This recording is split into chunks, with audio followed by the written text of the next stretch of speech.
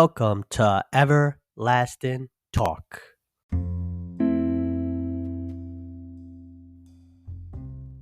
Welcome to Everlasting Talk. I'm your host, Evaristo, and this is the Biography series. In today's episode, we're talking about William Wallace. William Wallace was the strong and charismatic leader who led the Scottish to fight off the British, as well as a very well-known a popular film showcasing a very famous blue painted face. William Wallace was born on 1270 in Eldershire, Scotland. Sorry if I spelled that wrong. If I said that wrong. There's not known of his family, but the little that is known is that his father was Malcolm Wallace, who was a landowner. There was also info that he had two brothers, but cannot be confirmed.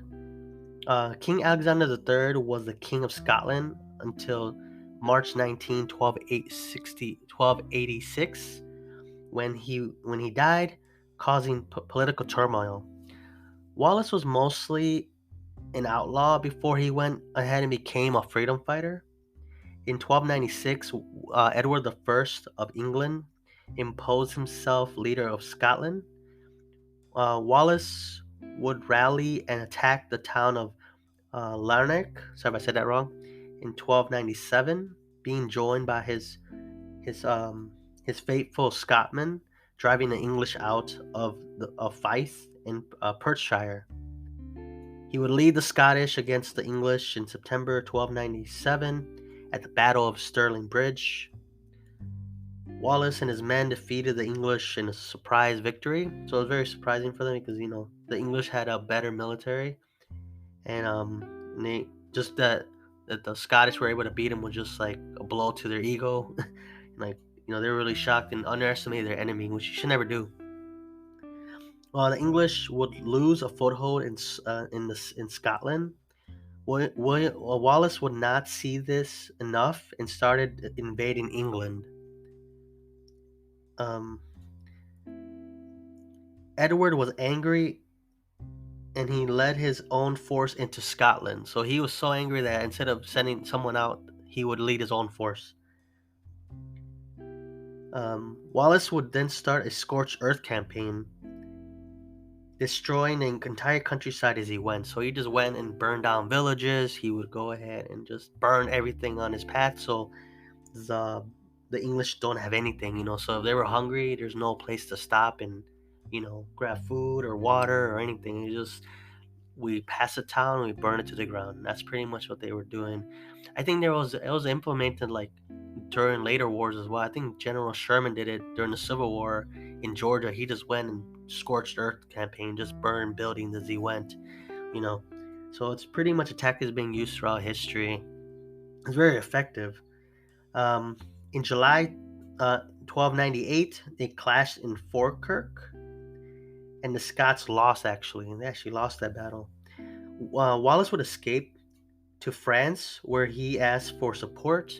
So he fled, and the French obviously were always enemies of the British, of the English at the time. British, English. I was confused about both, but and but it took him a while actually. He would return in 1303, but Robert Bruce and his associates would already agree to terms with Edward.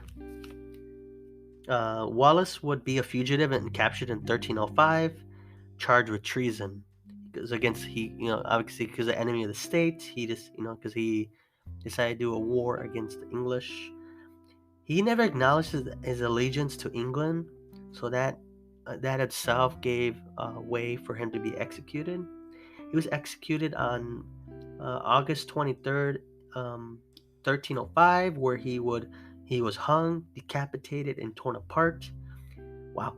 His head was displayed and his limbs in Newcastle and other areas. So they pretty much just this was to show that there was animosity, and to show England that don't fight against them, because you're going to be the same way. You're going to be decapitated. Your body parts are going to be shown all over England, and it's just a warning, just a warning, like, don't mess with us. That's what happens when you mess with us. But and then so it's kind of like, I don't know. I mean, what would you see? What would you feel if you saw like you saw like somebody's head on a a stick, in the middle of downtown London? It seems kind of weird. And like, it's just for them to do that. And, get, it's kind of interesting. I mean, obviously, I would always check the British Broadcasting Company for more information on it. But there's books by Andrew Fisher. That's a good source. Obviously, you could watch the movie, like I mentioned in the beginning, was Braveheart. It's obviously most of it. You could take, it's Mel Gibson, so you never know with his movies. But hey, if you want to see something about him, about who William Wallace was and what he was about, I think if you look into that, Scotland is still fighting for independence to this day. I think recently they had a referendum where they voted, but still, by a little minority actually, the Scottish people decided to stick with the United Kingdom. So it's been going on for centuries with this conflict. Obviously, Scotland was never the same after William Wallace. He's still a folk hero. He's still a hero, I mean. He's still a leader that a lot of the Scottish people look up to. Obviously, I would recommend looking at all these that movie. Obviously, for historical accuracy, don't take it as that. Take it as face value, or more of understanding a little bit more of the story. But if you really want to dive into it, I would recommend looking at books like I mentioned about William Wallace from Adam Fisher, which is a good source, and the BBC, which is a good source as well. Obviously, they might, so I would definitely look into those. And if you have any more, anyone else any other things about him, let me know. You could go to Everlasting Talk on Instagram and let me know if I'm missing anything. But yeah, he was pretty much, there's not a lot of information about his family and his upbringing.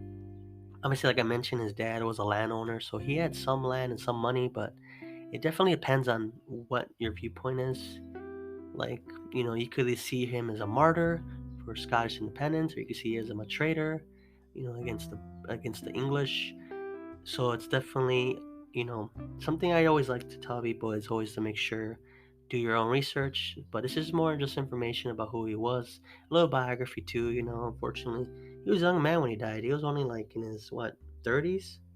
Yeah, he was in his early 30s, I think. Yeah, 1305, 1270. He was like 35. So he was a young man. No, 45. So he was a young man, you know. But yeah, if you guys ever want to do more research, I recommend those things. And this will be this it for this episode here, Everlasting Talk. Thank you for listening. Like I mentioned, follow me on Instagram, Twitter, Twitch, and YouTube, and leave a review. Your feedback is very, very helpful to help me improve my talking skills and the way and what content I should add. And thank you guys. Until next time. Bye bye.